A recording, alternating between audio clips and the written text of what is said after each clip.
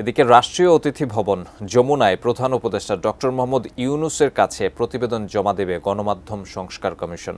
এই মুহূর্তে সেখানে আছেন আমাদের সহকর্মী সম্রাট আনোয়ার। বিস্তারিত জানতে সরাসরি যুক্ত হচ্ছি তার সাথে। সম্রাট, প্রতিবেদনটি কি প্রধান উপদেষ্টার নিকট জমা দিয়েছে কিনা, আর সংস্কারে কি কি থাকছে, কি তথ্য আছে আপনার কাছে, আপনার মাধ্যমে দর্শকদের জানিয়ে দিতে চাই। প্রতিবেদনটি তৈরি করা হয়েছে। প্রতিবেদনের যারা কমিটির যারা সদস্যরা ছিলেন তারা ইতিমধ্যে এখানে এসেছে এবং আমরা যেটা জানতাম যে দুপুর 12টার দিকে তাদের এই যে প্রধান উপদেষ্টার সঙ্গে সাক্ষাতের যে সময়সূচি সেটি ছিল। কিছুক্ষণ আগেই এই প্রতিনিধি দলের সদস্যরা এক এক করে এখানে এসেছেন এবং এসে পৌঁছানোর পরেই আমরা দেখেছি যে তারা যমুনার ভিতরে গিয়েছেন এবং যেটুকু আমরা জানি যে এখানে যে প্রতিবেদন জমার প্রক্রিয়া সেটি শুরু হয়েছে।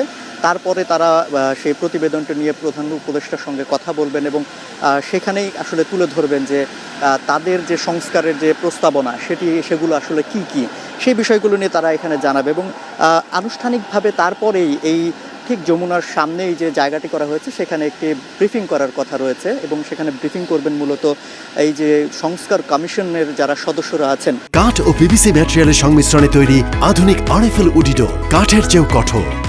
তারাই এখানে ব্রিফিং করবেন এবং আনুষ্ঠানিকভাবে তখন জানাবে। একটি বিষয় জানিয়ে রাখি যে নানাবিধ অবস্থান এবং এই যে জুলাই গণ অভ্যুত্থান হলো সেই সময়ে গণমাধ্যমের যে অবস্থান এবং কার্যক্রম সেগুলো নিয়ে বেশ কিছু প্রশ্ন ছিল এবং সেই প্রশ্নগুলো থাকার কারণেই কিন্তু আমরা দেখেছি যে পরবর্তীতে তারা এই নতুন সরকার আসার পরে অর্থাৎ অন্তর্বর্তীকালীন সরকার আসার পরে আমরা দেখেছি যে এখানে এই যে গণমাধ্যম সংস্কারের বিষয়টি আলোচনায় আসে এবং সেই আলোচনার পরবর্তীতেই 18ই নভেম্বর কিন্তু আমরা দেখি যে এই গণমাধ্যম সংস্কার কমিশন গঠন করা হয় 10 জনের নেতৃত্বাধীন 10 জনকে সদস্য করে এবং সেই 10 জন সদস্য দীর্ঘ যে তাদের যে কার্যক্রম সেটি পরিচালনা করেছেন এবং বিচার বিশ্লেষণ করেই তারা বেশ কিছু সুপারিশ এখানে প্রস্তাবনা আকারে তৈরি করেছেন এবং সেটি আজকে এখানে দিতে এসেছেন এবং এই যে প্রস্তাবনাগুলো কি আছে সেই বিষয়ে কিন্তু আসলে এখন পর্যন্ত কোনো ধারণা সেভাবে দেওয়া হয়নি। তবে ধারণা করা হচ্ছে যে এই যে প্রস্তাবনাগুলো রয়েছে সেখানে আসলে স্বাধীন গণমাধ্যম এবং মুক্তভাবে কাজ করার যে ব্যাপারটা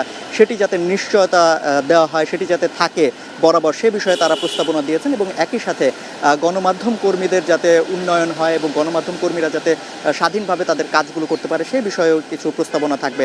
আর সামগ্রিকভাবে যে সব প্রস্তাবনা তারা দিবেন এবং সেই সব বিষয়ে আসলে বিস্তারিত এই যখন ব্রিফিংটি করা হবে সেই সময় আসলে জানানো সম্ভবপর হবে। ফিরছি স্টুডিওতে।